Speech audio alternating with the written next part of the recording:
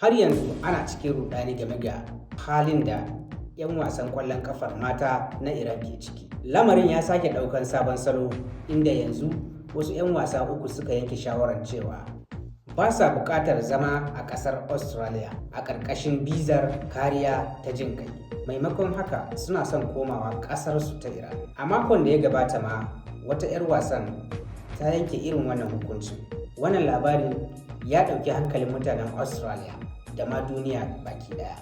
Komi ya fara ne lokacin da wasu daga cikin 'yan wasan suka ƙirƙira taken ƙasan Iran a lokacin wasan a nan Australia. Sakamakon haka gidan talabijin na gwamnatin Iran ya kira su macizai, wato masu cin amanar ƙasa. Haka ya sa masu fafutuka fargaban cewa idan suka koma Iran rayuwarsu ka iya shiga haɗin. A duk tsawon wannan lokacin gwamnatin Australia tana ta aiki a bayan fage don ganin ta ba wa waɗannan mata mafaka a ƙasarta.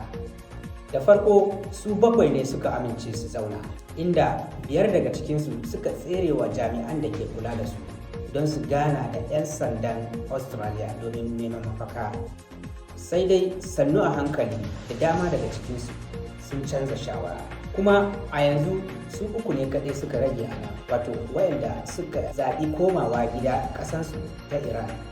Hakika wannan shawara ce mai matuƙar wahala ga wayannan mata. Sun yanke shawarar komawa Iran duk da ƙasar tana tsakiyar yaƙi a halin yanzu.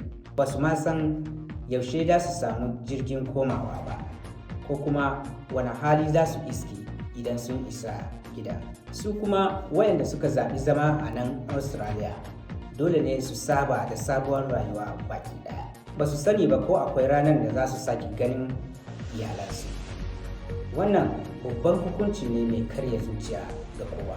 Kuma muna iya ganin yadda abin yake da wahala, ganin yadda yawancinsu ke sake yanke shawarar cewa gara masu koma gida. A yanzu dai za a iya cewa 'yan wasan ƙwallon ƙafa na mata na ƙasar Iran suna cikin tsaka mai wuya.